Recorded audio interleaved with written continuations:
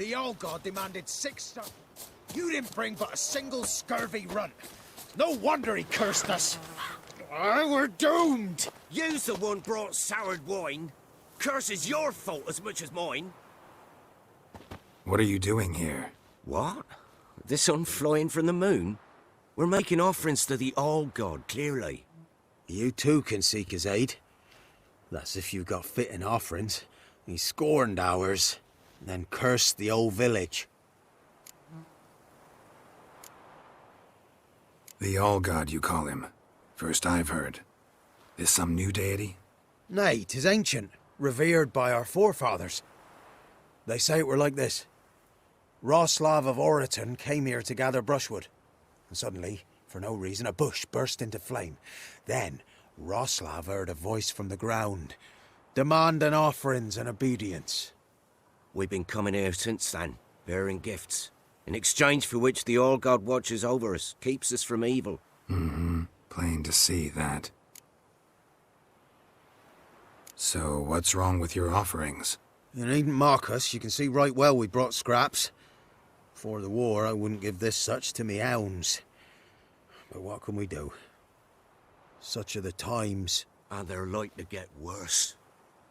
All God said if he don't get a rafter of bacon and a barrel of beer at least, the rivers will fill up with frogs and locusts or some such will devour the harvest. I could intercede on your behalf with this All-God of yours. Got a feeling we'd come to an understanding. Well, I suppose it can't hurt to try. To speak with him, you have to stand before the altar and cry out, All God, help a poor wretch in need.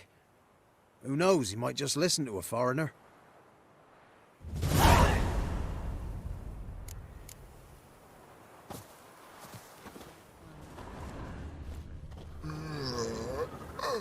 Oh, All-God, help a poor wretch in need.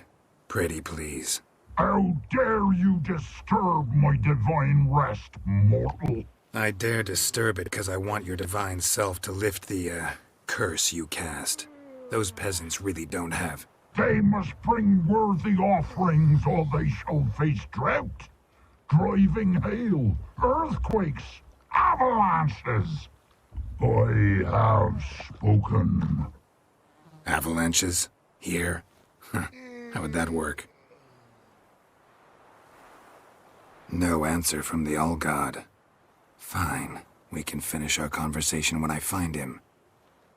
Voice came from underground.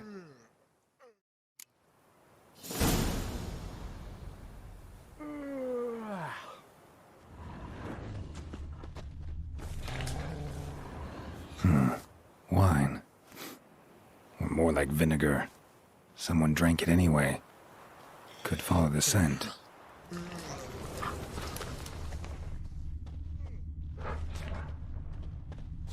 There's something here.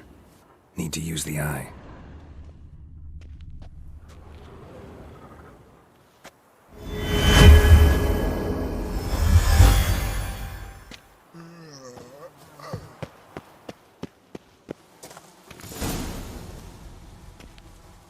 What? Who dares disturb my divine being?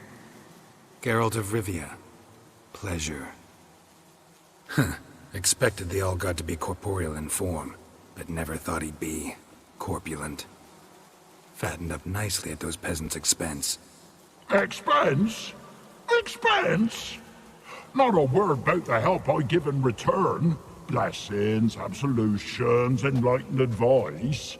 Believe me, these folks need all of it. I'd watch over them still if they fulfilled their end. But lately they offer these pathetic scraps. That they steal from the mouths of their children, and to make matters worse, you cast a curse on them. And I'll not lift it till they bring me worthy offerings. I'm to settle for curds and whey? Not a chance. And you can tell them that.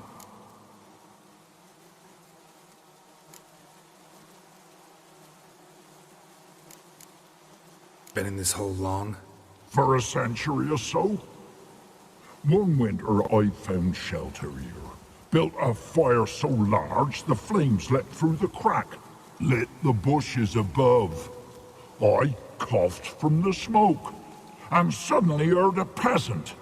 A voice out of nowhere, he called. A miracle. Thus, I became a god. Parasite, more like. Maybe so. But what of Freya and Melitele then, Demanding prayers and offerings, giving naught in return? I talk at least. Listen here, lard ass. You're gonna be satisfied with what you get, or I'll feed you to the ravens. Plowing reformers. No, fine, fine. I'll sup more modestly. But just till the end of the war, not one day longer.